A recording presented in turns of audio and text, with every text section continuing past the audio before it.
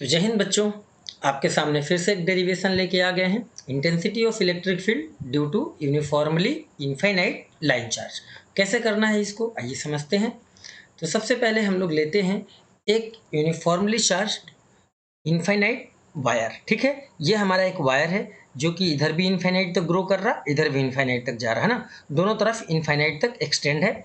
और ये चार्ज का जो डिस्ट्रीब्यूशन है वो यूनिफॉर्मली है, एक समान है।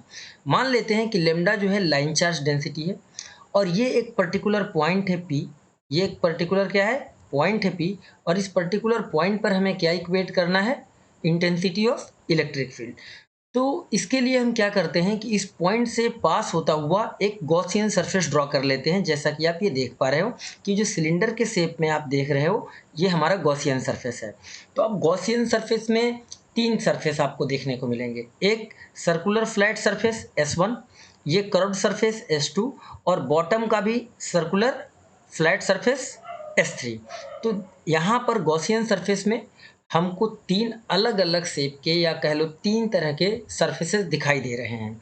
अब तीनों सरफेस के लिए बात करेंगे हम, तो हम सभी लोग जानते हैं कि एरिया वेक्टर जो होता है, एरिया वेक्टर ये हमेशा परपेंडिकुलर होता है गिवन सरफेस के। एरिया वेक्टर क्या होता है, परपेंडिकुलर टू गिवन सरफेस, कि जिस सरफेस की हम बात करेंगे उसके ये परपेंडिकुलर रहता है, इसमें कोई इशू किसी को नहीं होना चाहिए। तो उस हिसाब से जो फर्स्ट सरफेस S1 है, इसके लिए अगर ये स्मॉल सरफेस एरिया अगर हम देखें तो इसका एरिया वेक्टर इधर, इलेक्ट्रिक फील्ड जो है हमारा लाइन चार्ज के लिए वो राइट साइड में ही होगा। क्योंकि जब इसका क्रॉस सेक्शनल व्यू हम देखेंगे, यानी कि ऊपर से अगर हम देखेंगे, यानी कि ऊपर से हमारा ये हमारा बनेगा क्या, ये ऊपर से सर्कुलर फेस और यहाँ पर हमारा स्ट्रेट वायर है, समझ लो ये क्या है, स्ट्रेट वायर। तो जो इलेक्ट्रिक फील्ड लाइंस होंगी वो कुछ इस तरीके से यहाँ से डिस्ट्रीब्यूट होंगी। तो ये इसका फ्रंट व्यू है, यानी ऊपर से जब हम देखेंगे तो कुछ ऐसा, यानी ठीक है। तो इस तरीके से जो इलेक्ट्रिक फील्ड का डायरेक्शन है वो राइट साइड में है, एरिया वेक्टर इधर। तो इन दोनों के बीच में अगर एंगल की बात करें तो कितना फॉर्म होगा हमारा, 90 डिग्री। वहीं ये कर्व्ड सरफेस के लिए अगर हम बात करें तो एरिया वेक्टर इस सरफेस के परपेंडिकुलर और इलेक्ट्रिक फील्ड भी इसी डायरेक्शन में इधर होगा। तो इन दोनों में जो एंगल बनेगा वो कितना बनेगा, 0 डिग्री। वहीं तीसरे कर्व सरफेस की अगर हम बात करें तो electric field again right side और एरिया वेक्टर इसका बात करें तो एरिया वेक्टर हमारा नीचे, यानी यहाँ पर भी हमारा एंगल कितना बनेगा, theta is equal to 90 degree. तो अगर तीन तरह के हम क्लोज्ड सरफेस ले लें, तीनों का अगर हम इलेक्ट्रिक फ्लक्स इक्वेट करें तो कितना आएगा, यानी जो रिजल्टिंग इलेक्ट्रिक फ्लक्स आएगा इस गॉसियन सरफेस से वो कितना आएगा। तो अब देखते हैं, यानी कि net electric flux passing through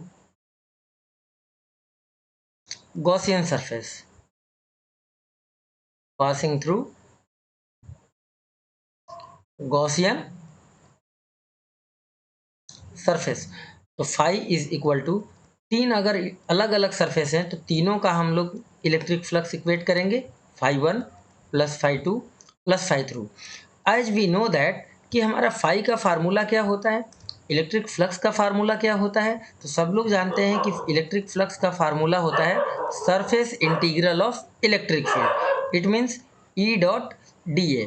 ठीक है, और जब ई डॉट डी ए अगर हम करेंगे तो हमारे पास रिजल्ट में क्या आएगा, E D A cos theta, क्या निकल के आ जाएगा बच्चों, E D A cos theta.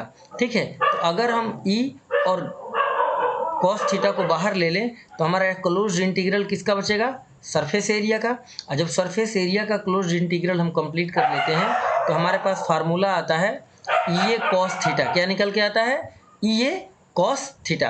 तो हम तीनों के लिए हमने अप्लाई कर दिया कि ई पहले सरफेस के लिए हमने लिख दिया A1 इंटू कॉस थीटा 1, दूसरे के लिए भी ऐसे ही लिख दिया ई A2 कॉस थीटा 2 और तीसरे के लिए भी हमने लिख दिया कि ई A3 इंटू कॉस थीटा 3। जैसा कि हम लोगों ने देखा कि जो पहला सरफेस है हमारा S1, इसके लिए एंगल कितना है, 90 डिग्री। दूसरे सरफेस के लिए एंगल कितना है, 0 डिग्री। तीसरे सरफेस के लिए एंगल कितना है, अगेन 90 डिग्री। ठीक है ना, इसमें किसी को कोई दिक्कत तो नहीं है। अगर इसमें कोई दिक्कत हो तो आप हमें बता सकते हो। तो सारा एंगल हम लोगों ने देख लिया कि हर जगह का एंगल कितना है। यहाँ पर S1 सरफेस का 90 डिग्री, S2 का 0 डिग्री, S3 का 90 डिग्री। तो हम सारे एंगल यहाँ पर सब्स्टिट्यूट कर देंगे, तो हमारा रिजल्टेंट इलेक्ट्रिक फ्लक्स कितना निकल के आ जाएगा? रिजल्टेंट इलेक्ट्रिक फ्लक्स अब हमारा आ जाएगा कि E पहला surface A1 cos 90 degree, cos 90 degree. दूसरा हमारा कितना आ जाएगा? E A2 cos 0 degree. तीसरा का कितना आ जाएगा? E A3 into cos 90 degree. अब cos 90 डिग्री का वैल्यू 0, cos 90 डिग्री का वैल्यू 0, अब cos 0 डिग्री का वैल्यू 1। तो 90 0 को जब E A1 से मल्टीप्लाई करेंगे तो क्या हो जाएगा? 0, और 1 से E A2 को मल्टीप्लाई करेंगे तो क्या आ जाएगा? E A2 प्लस फिर 0 को E A3 से मल्टीप्लाई करेंगे तो क्या आएगा? 0 आ जाएगा। तो इस तरीके से हमारा जो टोटल इलेक्ट्रिक फ्लक्स निकल के आया वो कितना निकल के आया? टोटल इलेक्ट्रिक फ्लक्स निकल के आया बच्चों हमारा E A2। क्लियर है? कितना निकल के आया? E A2। ठीक है ना? तो अब हम बात करते हैं कि भाई E A2 तो आ गया इलेक्ट्रिक फ्लक्स, अब क्या किया जाए? तो भाई ये A2 कौन सा सरफेस है और देखते हैं। तो A2 हमारा मतलब एक तरीके से ये सेकेंड सरफेस है। तो ये है सिलेंडर, ये एक्चुअल में क्या है? सिलेंडर। अब सिलेंडर का जो कर्व सरफेस एरिया होता है वो कितना होता है भाई? अगर इसकी ये डिस्टेंस हम एज्यूम कर लें कि सपोज ये जो डिस्टेंस है बच्चों, अगर ये डिस्टेंस हमारा r है, क्या है? ये डिस्टेंस r है, ठीक है ना? और इसकी ये जो लेंथ है यहाँ से लेके यहाँ तक, ये लेंथ कितना है? l है। तो इसका टोटल कर्व सरफेस एरिया यानी सेकेंड सरफेस का एरिया कितना आएगा? तो सेकेंड सरफेस का जो एरिया है इसको हम CSA बोलते हैं, कर्व सरफेस एरिया। ये आता है बेटा सरकमफेरेंस, यानी कि है ना, सरकमफेरेंस मल्टीप्लाइड बाई हाइट, यानी कि होता है 2πRh, और h यहाँ पर कितनी है? लेंथ के बराबर। क्लियर? तो 2πRL हो गया। तो अब ये क्या करेंगे? वैल्यू यहाँ पर हम लोग सब्स्टिट्यूट कर देंगे। इट मीन्स कि यहाँ से हमको निकल के आया इलेक्ट्रिक फ्लक्स बराबर E multiplied by 2πRL। This is equation 1। अब अकॉर्डिंग टू गॉस थ्योरम हमारा क्या होता है? According to Gauss law, according to Gauss law, according to Gauss law, electric flux passing through any closed surface is equal to charge enclosed by the surface divided by epsilon naught. This is equation 2। तो अगर इन दोनों को हम एक साथ compare करते हैं तो दोनों को कंपेयर करने से हमको क्या मिलता है? हमने लिखा कि कंपेयरिंग इक्वेशन 1 एंड 2, ठीक है? कंपेयर भी कर सकते हो या डायरेक्ट भी लिख सकते हो, है ना? कंपेयरिंग इक्वेशन 1 एंड 2, जब दोनों को हम कंपेयर करेंगे तो हमको इलेक्ट्रिक फ्लक्स क्या मिला? पहले से हमको मिला कि E इंटू ए का एरिया हमको कितना मिला? एरिया मिला 2πRL। तो E A is equal to Gauss law से क्या मिला? Q divided by epsilon naught. चूँकि यहाँ पर जो L लेंथ में चार्ज है वो कितना है? हम कुछ ना कुछ तो होगा ना। तो चार्ज बराबर क्या होता है? इन टर्म ऑफ लीनियर, अगर चार्ज हमारा लीनियरली डिस्ट्रीब्यूटेड हो तो चार्ज का फार्मूला होता है लेंथ इंटू लेमडा। लेमडा क्या है? लेमडा हमारा लीनियर चार्ज डेंसिटी है। लेमडा क्या है? लीनियर चार्ज डेंसिटी, ठीक है ना? तो हम क्या करेंगे? चार्ज को चाहे तो कि लेमडा और एल से रिप्लेस कर सकते हैं। तो अब यहाँ से अगर हम ई की वैल्यू इक्वेट करेंगे बच्चों, तो ये जो 2πRL है ये डिवीजन में आ जाएगा। तो कैसे लिखेंगे? Q divided by 2πRL into epsilon not. Q की जगह हमने क्या लिख दिया? L into lambda. तो डिवाइडेड बाई क्या बना? 2πRL epsilon not. अब ये वाला लेंथ से ये वाला लेंथ क्या हो गया? Cancel out. तो बचा क्या हमारे पास फाइनली? तो बचा हमारा 1 अपॉन, देखो 2π एप्सिलॉन नॉट को एक साथ लिखा मैंने, 2π एप्सिलॉन नॉट इंटू लेमडा बचा और अपॉन में R, lambda by R। R यहाँ पर क्या है? R हमारा इस गॉसियन सरफेस वाला जो सिलेंडर है उसका डिस्टेंस है।